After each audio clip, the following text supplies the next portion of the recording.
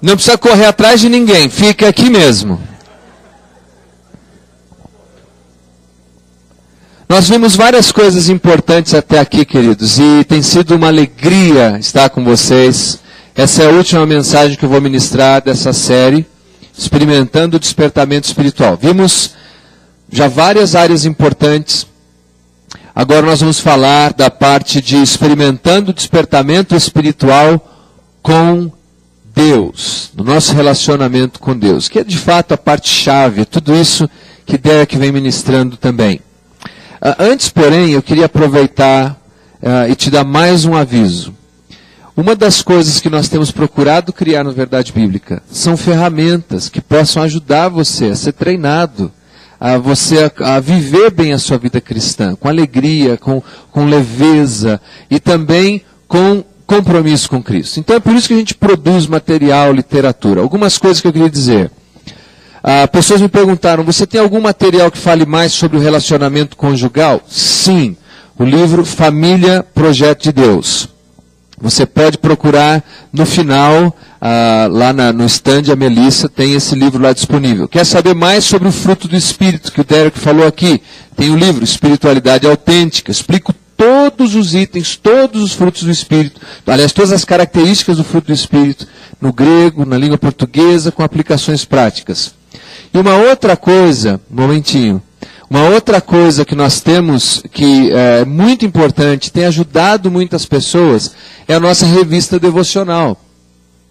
A revista devocional, você faz uma assinatura, recebe o ano inteiro a revista, e ela tem não apenas textos com aplicações práticas, mas uma leitura cronológica da Bíblia. Procura a Melissa no final, fale com ela. Então, algumas sugestões. Faça a assinatura da TV Teológica, vai ser uma bênção para você, e o custo é muito acessível. Faça a assinatura da revista devocional, porque vai ser uma bênção para você, você pode levar onde você for. E procure esses recursos que podem ajudar você no que diz respeito à família e à espiritualidade. Agora a Julie estava levantando alguma coisa que daqui eu não enxergo o que é. O que é? Arrebatamento. Sim. A Julie continua anunciando que o material das crianças do Fazendo Diferença está disponível ali. Se você ainda não pegou o seu saquinho de surpresas, que além de fazer uma surpresa boa para você, vai fazer uma boa surpresa para as crianças, passe lá no stand do Fazendo Diferença também e apanhe um dos seus kits. Tudo bem? Está todo mundo aqui acordado? Amém? Misericórdia. Estamos todos acordados aqui? Que bom. Nós vamos começar então com a nossa novela da vida real, último capítulo. O que será que vai acontecer com o pai do Steve, o relacionamento dele com a esposa, com o filho? Está tudo de ponta cabeça na vida desse homem.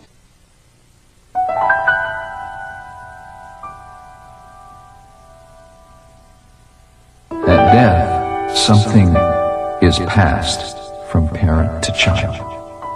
A sense of place, of responsibility, and something more, something difficult to put into words. As Dad is now, I am also on my own with you, God. As a last act, He's pushed me into your arms. Lord, may my grief and your conviction tear away the mask I've worn so long. Clear my vision so I can see again the contours of my heart the way you see it. Turn everything upside down. No, turn everything inside out. Place me back on the path you prepared for me.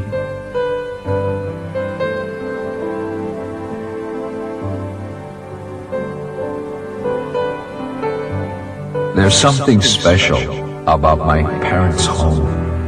My brother calls it contentment. Kate says it's spiritual.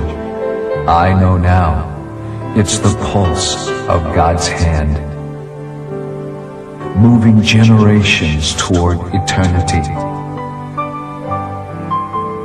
wooing, guiding, purging, purifying, deep calling to deep.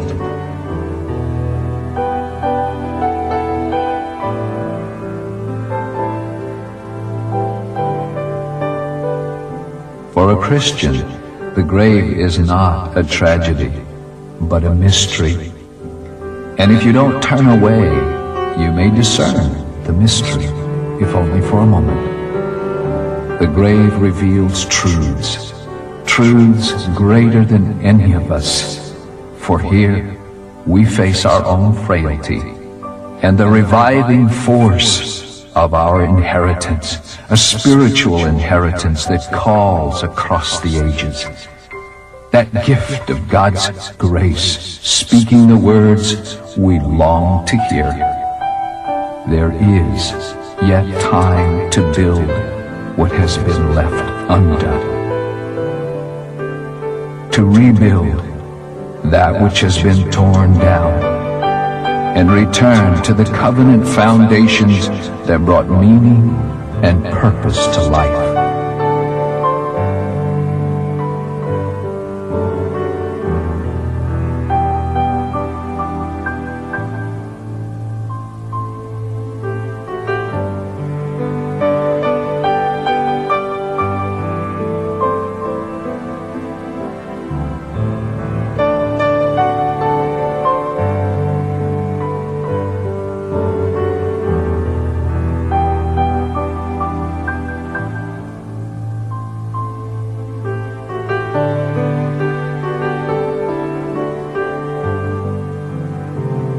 This chair, I make my stand for my wife, for my son, for my father who taught me well.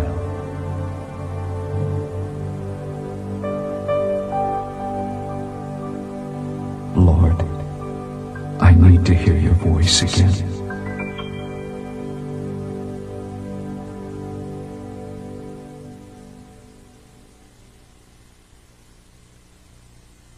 Alguma coisa acontece por ocasião da morte de alguém que serve a Jesus, a sepultura. E não é uma tragédia que acontece ali, mas é uma transferência de responsabilidade. A próxima geração, como numa corrida de bastão, empunha o bastão e vai adiante, passando para a próxima geração. O que nós vimos não é um final triste, mas é um final de esperança, de saber que nós podemos reconstruir o que ficou pelo caminho. A última palavra é: Senhor, eu preciso ouvir de novo a sua voz. Você sabe que Jeremias foi filho de sacerdote, viveu no templo, conhecia tudo do templo, mas ele, quando finalmente Deus falou com ele, disse assim: e veio a mim a palavra do Senhor. Ele já convivia com tudo aquilo, os levitas cantando, como o sacerdote fazia as coisas, mas um dia específico, ele disse: veio a mim a palavra do Senhor. E é um daqueles momentos que realmente nos traz grande despertamento. Eu me lembro quando veio a mim a palavra do Senhor. Ouvi muitas mensagens boas que me ajudaram, mas algumas mensagens foram aquelas que eu posso dizer: veio a mim a palavra do Senhor. A primeira veio quando eu era um jovem, de 14 anos, suicida, desejando morrer porque a vida não tinha graça, literalmente, nenhuma graça. E com todos os meus planos de como eu poderia morrer da melhor maneira possível, eu acabei conhecendo Jesus como meu salvador pessoal. Veio a mim a palavra do Senhor. Deus deixou de ser alguém distante para ser alguém próximo. Deus deixou de ser um desconhecido, um nome, um conceito, uma filosofia. Deus deixou de ser uma coisa. Deus deixou de ser uma tradição familiar. E Deus passou a ser Pai. Veio a mim a palavra do Senhor. Mas eu era muito jovenzinho. Passei muitas lutas, sem nenhum apoio familiar. O meu batismo foi secreto, para vocês terem uma ideia. Minha mãe nem sabia onde eu tinha ido, ninguém em casa sabia. Nem esse santo moço que está sentado aqui me apoiava na época. Ele nunca imaginava que um dia ele ia estar mudando o PowerPoint das pregações numa conferência cristã. tudo secreto, até a hora que o pastor disse, olha, você tem que levar para lavar as suas roupas batismais. Porque o batismo era imersionista. Os irmãos que não são, me perdoem pela prática anabatista. Aí eu tive que chegar em casa com aquele lençol branco. E para explicar em casa, me batizei secretamente. Parabéns, coisa nenhuma, foi terrível. Então as lutas eram muito grandes, naquela idade adolescente em que a sua vida por dentro é uma ebulição, né? Uma ebulição, uma fervura. Eu me lembro que eu cheguei tão cansado num culto, pensando, será que é isso? Será que vale a pena toda essa oposição? Meu avô, que era um português, linha dura, ele olhou para mim quando eu disse que tinha feito minha decisão por Cristo, ele disse, não há mais nada na sua vida que preste para mim. Nada. 14 anos. Você sabe que eu ouvi isso? Você faz ideia do que eu ouvi isso? Não tem nada em você que presta. Seu avô. Eu me lembro quando eu estava saindo do quarto, ele disse, 1 minuto. Depois não vou. Você torce para o São Paulo ainda? Eu disse, sim. Então tem alguma coisa que ainda presta.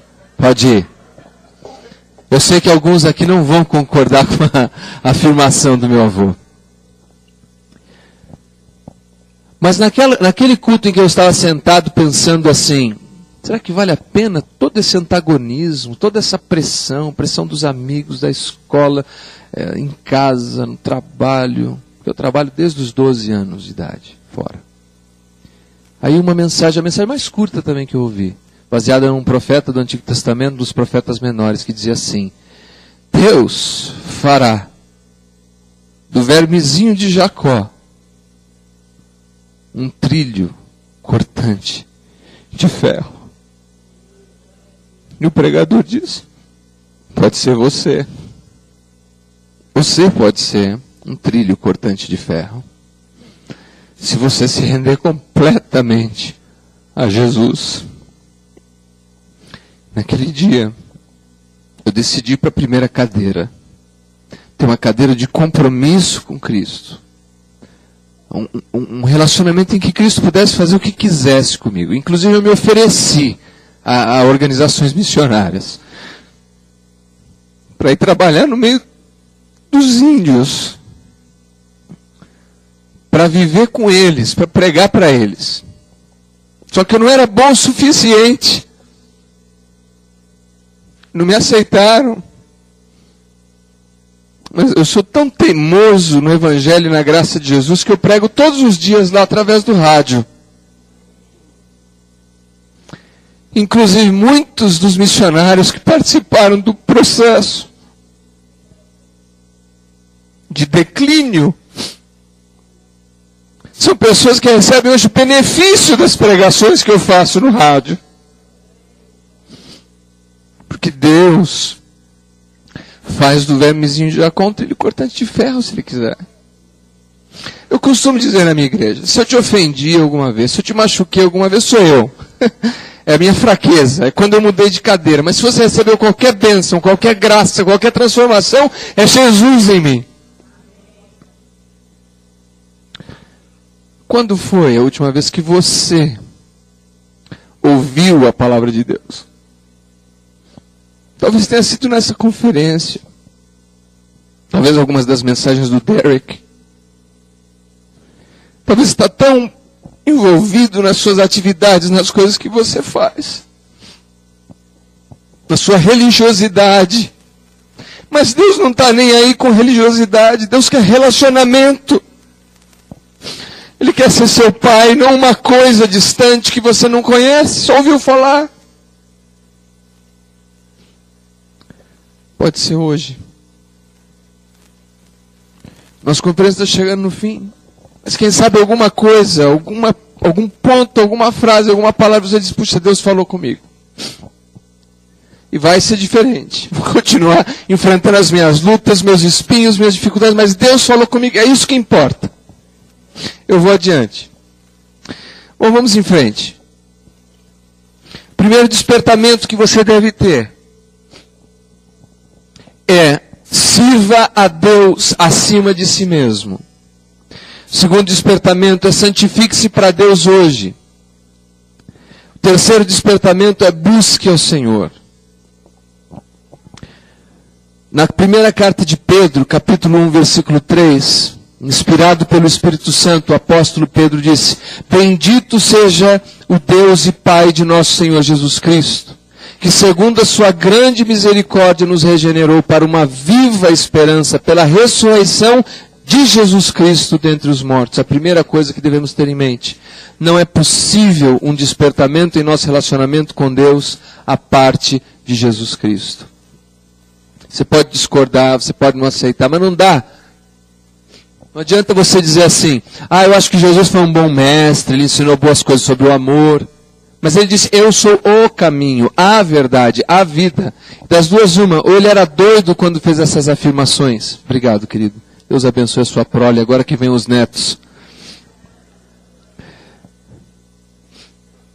Ou ele era doido quando ele fez essas afirmações, ou ele era realmente tudo que ele disse que era. E eu creio que ele é tudo que ele disse ser. Então não é possível você se acertar com Deus, a menos que você se acerte através de Jesus Cristo. 2 Coríntios capítulo 5, versículo 17 diz assim: pelo que se alguém está em Cristo, nova criatura é, e as coisas velhas já passaram, eis que tudo se fez novo.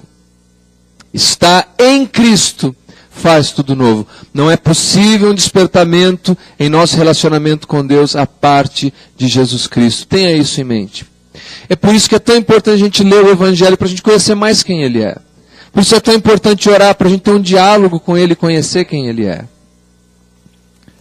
Segundo o despertamento espiritual: sirva a Deus acima de si mesmo. Quer dizer, sirva o Senhor de todo o seu coração, ou com todo o seu coração, se você quiser.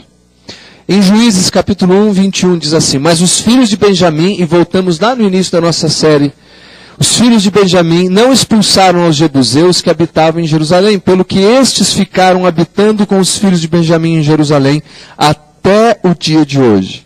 Manassés não expulsou os habitantes de Bet-Sean. Também Efraim não expulsou os cananeus. Também Zebulon não expulsou os habitantes de Quitrom.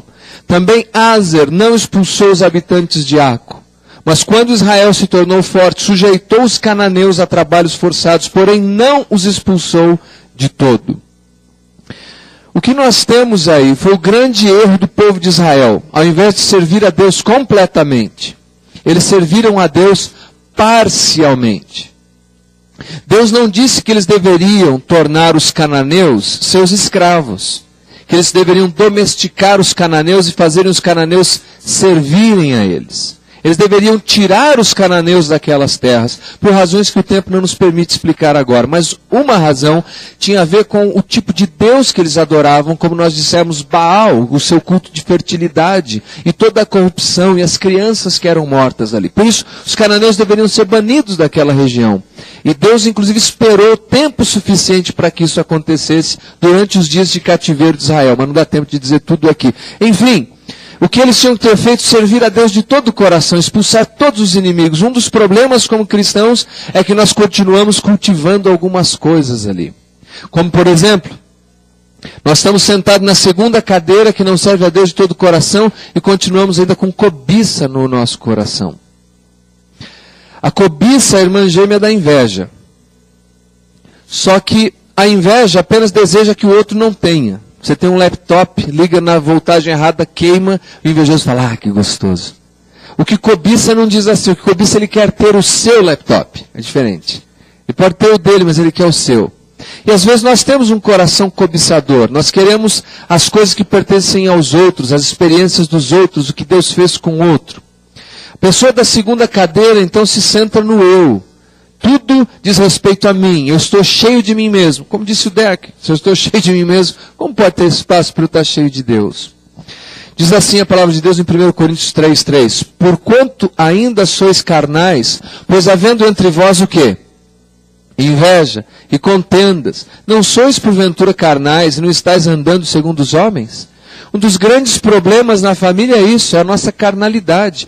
O maior problema que eu enfrento na minha casa é a minha carnalidade, quando eu mudo de cadeira. E quando eu penso apenas nos meus interesses e não no melhor interesse para minha esposa ou para os meus filhos. Aí saem as guerras e os problemas. Se você quer estar na primeira cadeira, você tem que render-se alegremente ao Senhor. Você está disposto a se render alegremente? Mas é assim, dizer, Deus, o Senhor pode fazer o que quiser nisso, eu estou disposto a abrir mão. Faça, Senhor. Servir ao Senhor de todo o coração. Vamos em frente, Júnior. Jesus já tinha dito logo no início do seu ministério público quais eram os requerimentos para os súditos do seu reino. É claro que o reino aplicava-se a Israel, mas os princípios ensinados ali também se aplicam à igreja. Ele diz assim, mas buscai em primeiro lugar o seu reino e a sua justiça, e todas estas coisas vos serão acrescentadas. E você sabe, as coisas que estão no contexto ali são as coisas fundamentais para a nossa subsistência. Vestir, comer, beber. Ele diz, não ande ansioso de nada disso, busque o reino em primeiro lugar, e a sua justiça, e as outras coisas vão ser acrescentadas. Eu me surpreendo que muitas vezes, se eu tenho um problema financeiro, eu fico pensando como é que eu vou resolver o problema financeiro. Eu me concentro no problema financeiro. Eu ponho minha energia no problema financeiro, quando eu deveria então me focalizar no reino, me dedicar mais ao reino, e ver o que Deus pode fazer como provisão daquilo. Vamos em frente. Purifique-se de todo pecado. O fato de sermos cristãos não nos exime do risco de pecar. Josué 24, 23 diz assim, agora, portanto, ele diz, deitai fora os deuses estranhos que estão entre vós, e dediquem seu coração ao Senhor, Deus de Israel. Existem vários deuses na nossa sociedade, não são apenas imagens colocadas em altares, são imagens colocadas nos nossos corações. Eu diria que os deuses dos nossos dias são diferentes. Eles são cromados, eles têm banco de couro, e a gente vê na televisão, e a gente admira, e aí a gente passa meses servindo esse Deus para juntar o dinheiro e poder comprar aquele Deus, e aí colocar aquele ídolo lindo no nosso tabernáculo na garagem de casa. São outros os ídolos, pode ser isso, mas pode ser outras coisas, ou não é verdade? Pode inclusive sim ser o nosso time de futebol. Que nos afasta, que nos tira de Deus. Pode ser também. E aqui está falando alguém que brinca muito com isso, que fala de tudo isso. Mas pode ser outros deuses nós temos. Inclusive para a mãe, às vezes o filho se torna um Deus. Sabia disso? Ela adora mais o filho do que adora a Deus. Serve mais o filho do que está disposto a servir a Deus. Vamos em frente. 2 Timóteo 19, 21 diz assim. Todavia, o firme fundamento de Deus permanece, tendo este selo. O Senhor conhece os seus. O Senhor te conhece? Amém. Aparte-se da injustiça todo aquele que profere o nome do Senhor. Se, pois, alguém se purificar destas coisas, será vaso para a honra, santificado e útil para o Senhor, preparado para toda boa obra. Hebreus 12:1. Portanto, nós também, pois estamos rodeados de tão grande nuvem de testemunhas, deixando todo embaraço e o pecado que tão tenazmente nos rodeia, e corramos com perseverança a carreira que nos está proposta. Se você ler todo o contexto dessa passagem, você vai ver que só é possível quando você fita os olhos em Jesus. Nós pensamos muito no outro. Eu penso, como é que eu posso mudar a minha esposa? Como eu posso mudar o meu filho, como eu posso mudar a minha sogra, como eu posso mudar meu sogro, como eu posso mudar esse, como eu posso mudar aquele. Nós devemos pensar como eu posso mudar a mim mesmo. Esse é o conselho de Deus. Como eu posso me tornar alguém melhor. E a palavra de Deus diz que nós devemos fazer isso, abrindo mão de uma vida de injustiça e de pecado. Deixe o pecado, afaste-se do pecado. Purifique-se de todo o pecado. Como? Como? Primeira coisa, peça ao Senhor que mostre o que está errado na sua vida. O Espírito Santo vai mostrar o que precisa ser consertado na sua vida. Ele vai dizer. E Deus, às vezes, usa as circunstâncias. Às vezes é uma inspiração, uma iluminação, para ser teologicamente mais apropriado. Uma iluminação. Olha, puxa, isso está errado na minha vida, eu tenho que mudar. Outras vezes Deus usa um irmão. Um irmão que se aproxima de você e diz. Quando eu era ainda novinho, começando a pregar, um amigo chegou e falou, Leandro, eu preciso te exortar em nome de Jesus. Eu falei, o quê? Você fala muito mal do pastor Cicrano. Eu neguei no primeiro momento, falei, absolutamente não, o que eu falo é verdade.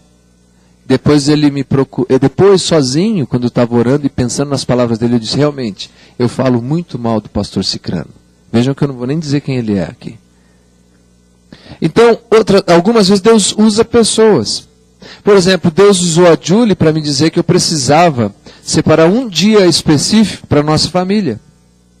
Porque se dependesse de mim, eu gosto tanto do que eu faço, eu trabalharia todos os dias, todas as horas, todas as noites, fazendo tudo isso. Mas a Julie foi muito persuasiva. Ela disse, ou um dia de folga, ou já pode assinar os papéis de divórcio, o advogado está aqui, vocês vê aí o que vai fazer. Mas eu fui convencido espiritualmente disso. Realmente, é preciso que haja um dia, pelo menos um dia desses dias todos que trabalho, de dedicação para a família. E então Deus usa as pessoas, usa as circunstâncias. Talvez você, se necessário, faz uma listinha. Fala, olha, tem tudo isso. Está aqui o meu irmão, que tem 2 nomes, Charles Miguel, né? Ele me contou o testemunho dele. Foi mais ou menos isso, não foi, Charles? Eu estou dizendo que ele me permitiu compartilhar. Ele vivia em igreja, não é? Desde pequeno, sabia os corinhos de trás para... Ele viu o corinho e falou, não vou nem cantar de frente para trás, vou cantar de trás para frente, que eu já sei.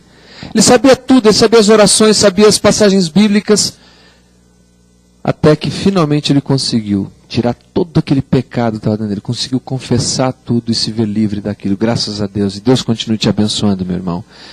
Ele teve coragem, sentou comigo, contou tudo, se abriu. E às vezes tem que ser assim. Veja o que está escondido aí. Na igreja é fácil ser luz, nas trevas é que é complicado. Purifique-se e assuma o compromisso de deixá-los no poder de Cristo através de você. Busque, se necessário, a ajuda de alguém espiritualmente maduro. Algumas vezes nós estamos tão envolvidos numa situação que por nossa própria conta não conseguimos sair. Não tem nada de errado você buscar alguém que tenha mais maturidade espiritual para ajudar você a sair disso. Procure. Talvez vai ser o seu pastor, talvez não, talvez vai ser um amigo, mas alguém que seja espiritualmente maduro que possa ajudar você. Tiago disse que se a gente confessa os pecados uns aos outros, nós podemos ser sarados. Apocalipse 3, 19, 20. Jesus diz, eu repreendo e castigo a todos quantos amo. Sê, pois, zeloso e arrepende-te. Eis que estou à porta e bato. Se alguém ouvir a minha voz e abrir a porta, entrarei em sua casa, e com ele cearei, e ele comigo. O convite de Jesus é sempre esse, não é? Convite de amor, de amizade, de fazer parte da nossa vida. Eu gosto sempre de dizer assim, que antes eu tinha ideia de que santidade tinha a ver com coisas exteriores. O comprimento do cabelo, usar calça de tergal. E quanto mais colorida fosse meu vestimento, mais santo eu era. Então a calça de uma cor, o paletó de outra, a gravata de outra, a camisa de outra, uma bíblia grande, deixar um bigode legal, enfim, tudo isso era sinônimo de santidade, dependendo da igreja que eu fosse, é claro, porque algumas tinham que inclusive tirar o bigode, costurar o racho do paletó, etc. Eu pensava em tudo isso como santidade, mas eu descobri que a santidade não tem nada a ver com isso. A santidade é fruto do relacionamento que temos com Deus, de tal maneira que as nossas ações se redundam em ações de serviço. Paulo chegou a dizer que quando nós amamos o nosso próximo, nós cumprimos a lei. Já pensaram nisso? E nós tivemos uma vigília na nossa igreja, agora recentemente, e eu brinquei com os irmãos que quando eu entrei naquele ambiente, eu senti um cheiro, um aroma de santidade. E alguém pensaria, então, você sentiu o cheiro do lírio dos vales. Não. Eu senti um cheiro de caldo verde que eles estavam fazendo na cozinha. E você vai dizer, mas por que caldo verde tem cheiro de santidade? Porque eram irmãos que estavam trabalhando lá na cozinha sem ganhar nenhum centavo, nada. Porque todos os itens que estavam sendo cozidos ali foram doados por pessoas para que outros fossem servidos. Se santidade não tem cheiro de caldo verde servido pelos irmãos, eu não sei o que tem cheiro de santidade. Não é cheiro de betume do terceiro céu. É isso. Algumas vezes santidade tem cheiro que não é tão agradável como quando os irmãos estão lá voluntariamente trabalhando num mutirão para limpar e lavar tudo. Aquilo é santidade. É fruto de um relacionamento tão estreito com Jesus que ele não quer prejudicar o outro, mas ele quer ajudar o outro. Então quando um marido chega em casa e a esposa está disposta a servi-lo, é santidade. Quando o marido pensa mais na esposa do que em si mesmo, é santidade.